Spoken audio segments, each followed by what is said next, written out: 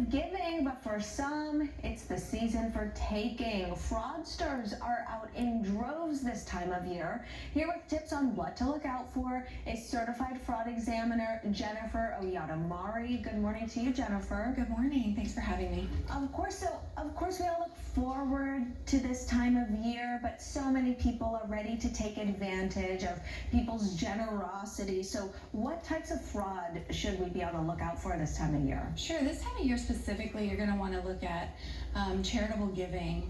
There's a lot of people that are coming out of the woodworks, and specifically through like phone calls. They're calling, asking for donations, and really you want to research before you give them your information.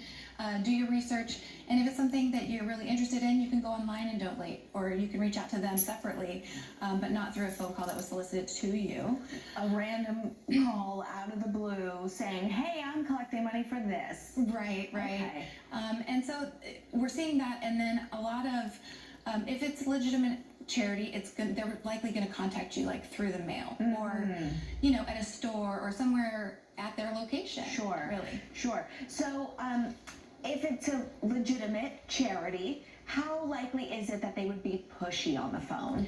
Yeah, it's not very likely. So, they're trying to support their organization, so they're really going to be friendly, and you tell them no, and that's it, and you move on. Sure. Okay, anything in terms of retail scams? Yeah, absolutely. So there's a couple areas here.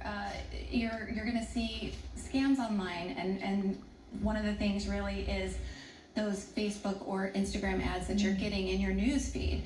You just want to really pay attention to what you're doing and what you're going to put your information in, right? This is another area where people are trying to get your personal data, your credit card information. So you want to be really careful and research the company before you go ahead and start entering your data. See, now Facebook, I've always kind of been wary of, but Instagram, it seems so new, so I assume when a company pops up, it's from the algorithm. They've paid money to show up in people's feeds who may be interested in them. I would tend to think that that's legitimate, but it may not be.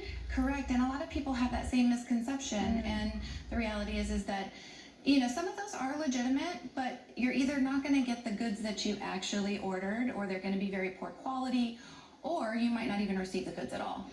Okay.